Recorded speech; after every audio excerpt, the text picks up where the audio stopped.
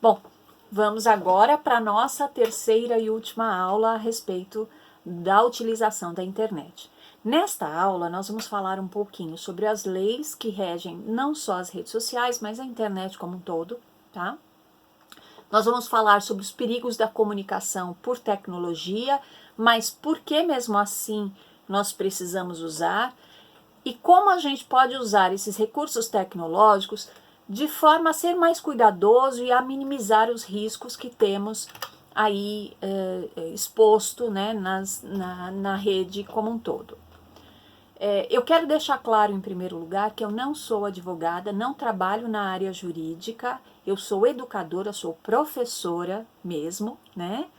Mas a gente precisa estudar um pouquinho de algumas leis que vão respingar no nosso trabalho ou que atingem diretamente aquilo que a gente faz, tá? E aí, pesquisando um pouco sobre a utilização da tecnologia, a gente acaba tendo que estudar um pouco de leis que são aplicadas ao uso da tecnologia dentro e fora da sala de aula. Até mesmo como consumidor, a gente precisa conhecer algumas leis, tá bom? Então eu vou falar dessas leis, mas na visão de educadora, sem profundidade, como um advogado ou alguém da área jurídica falaria, tá bom? Se vocês precisarem de alguma profundidade neste assunto específico de leis para a vida de vocês aí vai ter que constar alguém da área jurídica e, de preferência, alguém que trabalhe com essa questão de segurança na internet, porque essas pessoas elas vão mais a fundo ainda do que um advogado que trata sobre assuntos gerais, tá bom? Bom, então nós vamos começar falando sobre algumas leis. A primeira lei que nós vamos conversar hoje é o Marco Civil da Internet. O Marco Civil da Internet, ele não vem para tirar a liberdade de ninguém dentro desse mundo maravilhoso que é a internet, desse mundo de comunicação. Contrário disso, ele vem para proteger as pessoas. Porque eu falar o que eu quero na internet, eu posso causar danos terríveis para muita gente. Então ele vem para regular isso, né? Para tomar cuidado. Ele garante, por exemplo, que o internauta não vai ter sua vida privada violada, tá? Alguém não vai vasculhar a vida de uma pessoa, colocar na internet, colocar mentiras e tá tudo certo. Não pode pegar os seus dados e sair espalhando para todo mundo, para terceiros, e tá tudo certo. Então o Marco Civil, ele vem para organizar isso, ele vem para mostrar, para provar por A mais B que a internet não é terra de ninguém, não. Ela não tá assim livre para você fazer o que você quer, né? Então, quando a gente toma alguns cuidados, a gente fica protegido e o Marco Civil vem para nos proteger. Uma outra lei muito importante que foi aprovada há pouco tempo é a LGPD, a Lei Geral de Proteção de Dados. Que lei é essa? Quando você faz, por exemplo, um cadastro numa rede social, às vezes eles pedem algumas informações suas, informações pessoais. Quando você faz uma compra na internet, se pede algumas informações pessoais, seu CPF, seu e-mail, coisas sérias, né? Não tá te pedindo qualquer coisinha, não. Não tá te pedindo, que cor que você mais gosta. Não, é um dado muito sério, usado, por exemplo, em compras no mundo financeiro, tá? E a LGPD, ela vem para garantir que quem pede esses dados seus não vai sair distribuindo para todo mundo por aí, não. A empresa que pediu seus dados tem que tomar muito cuidado com o que ela vai fazer com seus dados e ela tem que deixar claro isso para você, tá? Então a LGPD é uma outra lei que vem para nos proteger, tá bom?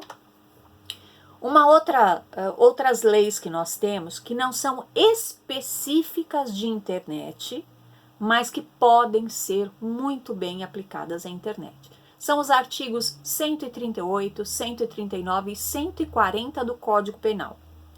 Esses artigos, eles vão falar sobre crimes de calúnia, difamação e injúria, respectivamente.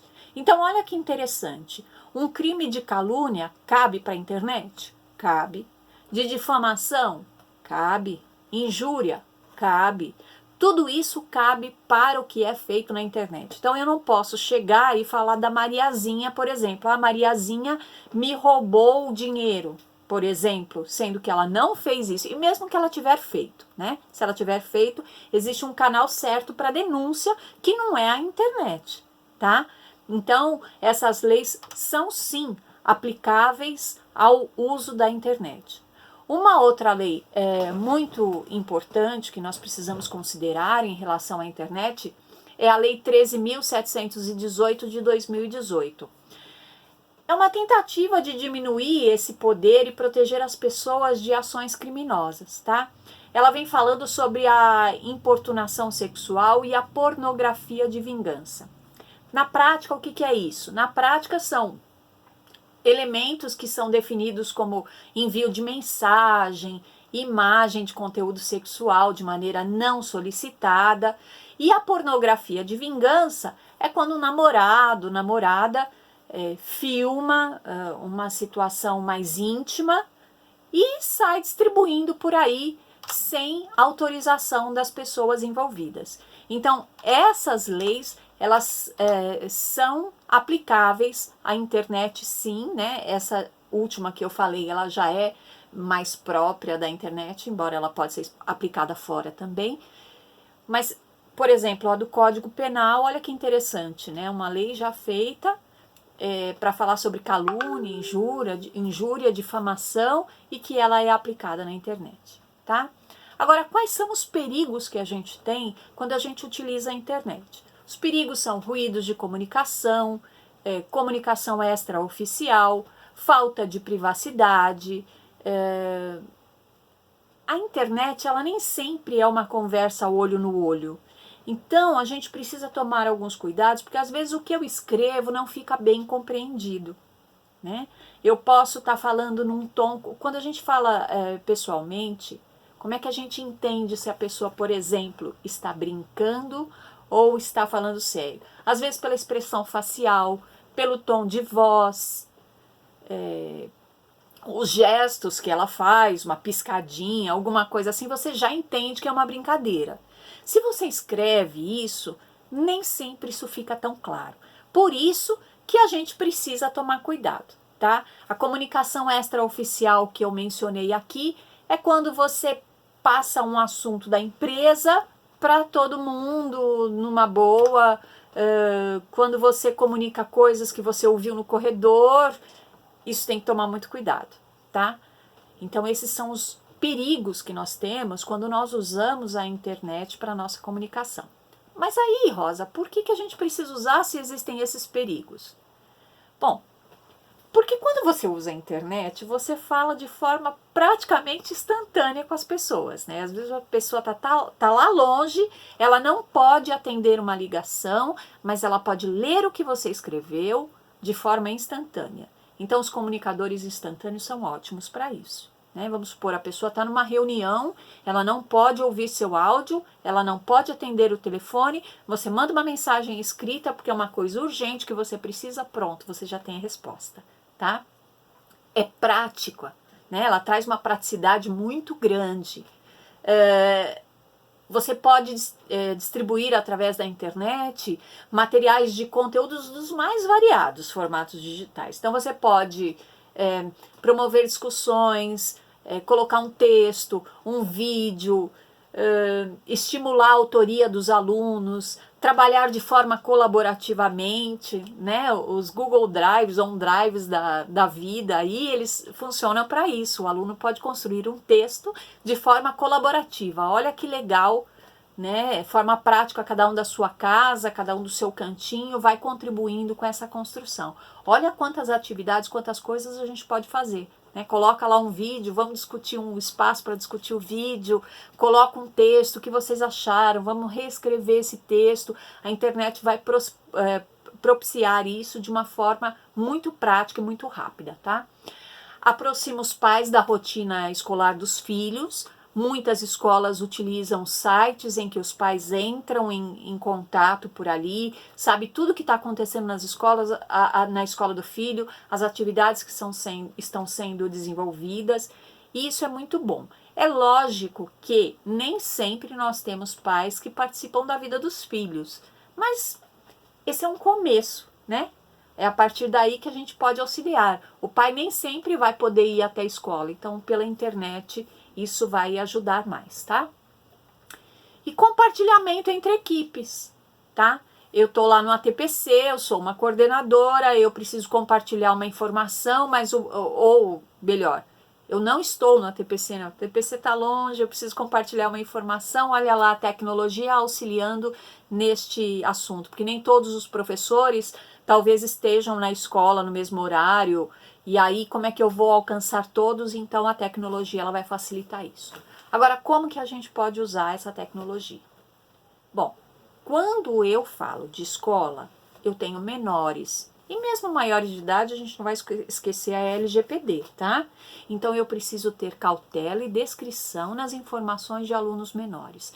Existem assuntos envolvendo os alunos que é melhor a gente deixar para o presencial, né? Então a gente marca uma reunião, né? Fala assim, olha, eu preciso falar com os professores, urgente, tal dia, tal horário, e ok, tá? Alguns assuntos são melhores tratados quando no presencial. Mas a gente precisa ter muita cautela, tá? Quais são as informações desses alunos que você está colocando quando você se comunica pela internet? Separar o profissional do pessoal. Então, por exemplo, estou trabalhando lá com os meus alunos e vou utilizar as redes sociais. Ótimo, maravilha. Não use a sua rede social pessoal. A sua rede social pessoal é para a sua vida pessoal, né? Utilize uma rede social exclusiva para trabalhar com seus alunos. Nós gostamos muito de nos comunicar com os nossos alunos e às vezes nós aceitamos os nossos alunos nas nossas redes sociais pessoais, né, para ter um contato maior com eles. Cuidado com isso. Que roupa você está usando nas fotos que você está lá nessa rede social? Você não pode esquecer que quando você está falando com o seu aluno dentro de uma rede social, você ainda está representando a sua escola. Você, lógico que é uma pessoa comum, né? Não resta dúvida disso. Mas você não deixa de continuar a ser o professor daquele aluno. Então, muito cuidado. Não misturar o pessoal com o profissional quando você está trabalhando ou está se comunicando pela internet, tá? Armazenar o fluxo de toda a sua comunicação. Isso é muito importante. Às vezes alguma coisa não fica bem entendida no meio do caminho. Quando você armazena isso e existe alguma dúvida, você tem como buscar isso, recuperar isso e mostrar, olha, não foi exatamente isso que eu falei. Ou, ai, desculpa, não ficou bem entendido. Então é possível você recuperar isso para evitar maiores transtornos. Então, este armazenamento da comunicação é ótimo também. Definir regras de convivência e de comportamentos digitais na sua equipe, pode ser uma equipe de professores, de pais ou de alunos, tanto faz. Sempre se questionando quais os limites, as melhores formas de uso e se existem alternativas que possam atender de forma mais precisa a particularidade do contexto escolar e a participação de representantes de todos os envolvidos. Então, presta bem atenção nisso, eu vou explicar isso que eu falei, inclusive que eu li agora, tá? Essas regras, elas precisam ser definidas. Vamos supor, eu sou diretora de escola, eu vou definir as regras de utilização da tecnologia dentro da minha escola, entre os meus funcionários. Eu não posso decidir isso sozinha. Isso tem que ser junto de uma equipe. Por quê? Porque às vezes eu tenho uma visão a respeito de um assunto e que ela é mais esclarecida quando eu tenho uma outra pessoa me ajudando. Gente, aquela conversa de que juntos somos mais fortes não é balela. É verdade, juntos somos mais fortes. Por quê? Porque você tem a experiência e a vivência de cada um. Então é bom você constituir dentro da escola para elaborar essas regras uma equipe multidisciplinar. Então pega alguém lá que trabalha na secretaria da escola, alguém que trabalha na limpeza da escola, o professor, alguém da gestão.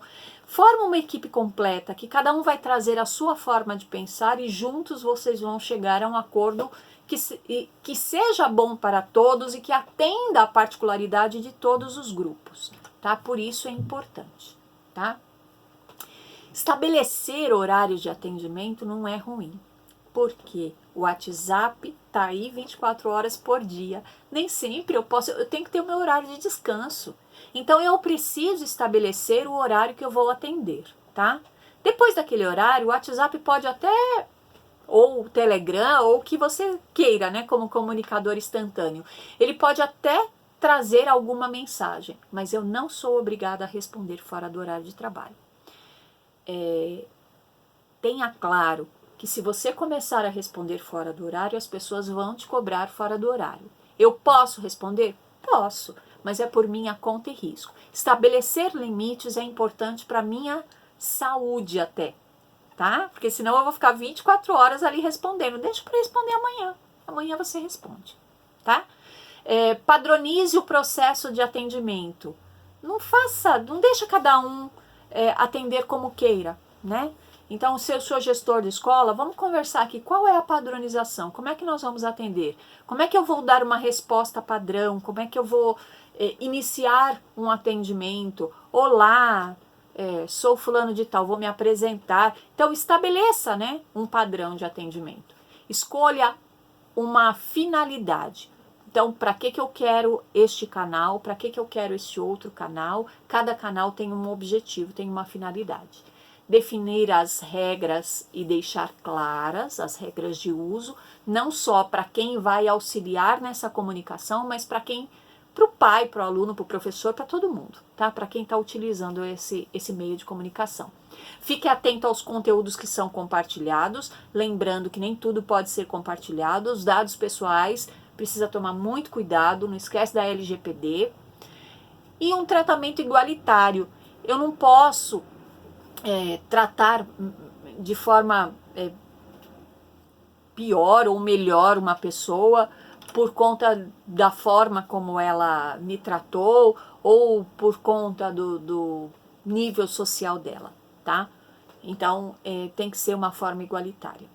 Essas são algumas coisinhas, algumas regrinhas que a gente pode ter quando a gente se comunica pela internet, tá bom? Isso serve para a escola, a nível de gestão ou a nível pedagógico dentro da sala de aula. A gente precisa tomar muito cuidado, especialmente em não misturar a vida profissional da vida pessoal, tá? Gente, terminamos agora, né, essa última parte. Eu queria agora dizer para vocês que algumas atividades dentro de sala de aula são ótimas para trabalhar essas questões com os nossos alunos, são ótimas e importantes. Até porque a gente já viu aí que tanto a LDB quanto o Marco Civil da Internet coloca essa responsabilidade nas nossas mãos quanto educadores. Mas aí alguém pode perguntar, como é que eu faço isso? Porque o como às vezes é mais difícil, né? Para isso, existe uma plataforma gratuita para todos.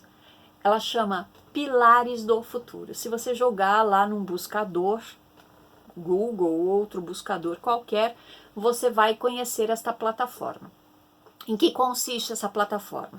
Essa plataforma vai trazer anúncios de cursos, né? Não são aqueles spams, tá?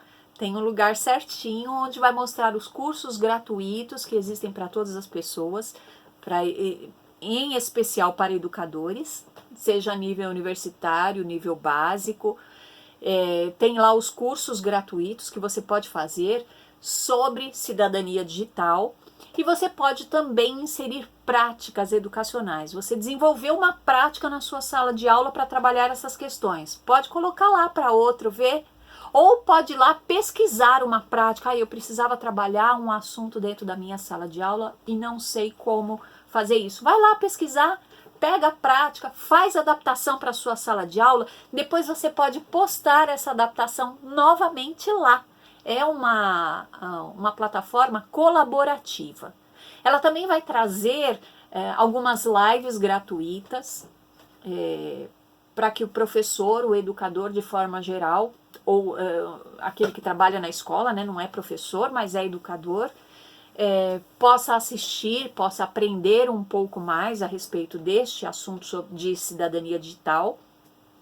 Também vai apresentar alguns livros gratuitos, alguns compêndios gratuitos e algumas plataformas que você pode acessar para esse assunto. Então vai lá, olha, nós temos a plataforma Pilares do Futuro e nós temos também um canal no YouTube da Pilares do Futuro. No canal do YouTube você pode assistir as lives que já foram feitas, e compreender como é que ela surgiu, tá? Como foi a ideia para fazer essa plataforma. É uma plataforma não só para o Brasil, mas para todos os países de língua portuguesa, ou até para quem está fora, está num outro país que não é de língua portuguesa, mas que vai poder colocar essa prática em língua portuguesa. Infelizmente, ainda não temos como traduzir práticas de outros idiomas, tá? Por isso, só para a língua portuguesa. Conheça um pouco dessa história, assista outras lives, curta, compartilhe, se inscreva, ative o sininho para ficar sempre em dia com as informações da Pilares do Futuro e enriqueça um pouco mais, conheça um pouco mais a respeito desse assunto e enriqueça um pouco mais suas aulas, tá bom? Um grande beijo a todos vocês e até a próxima live.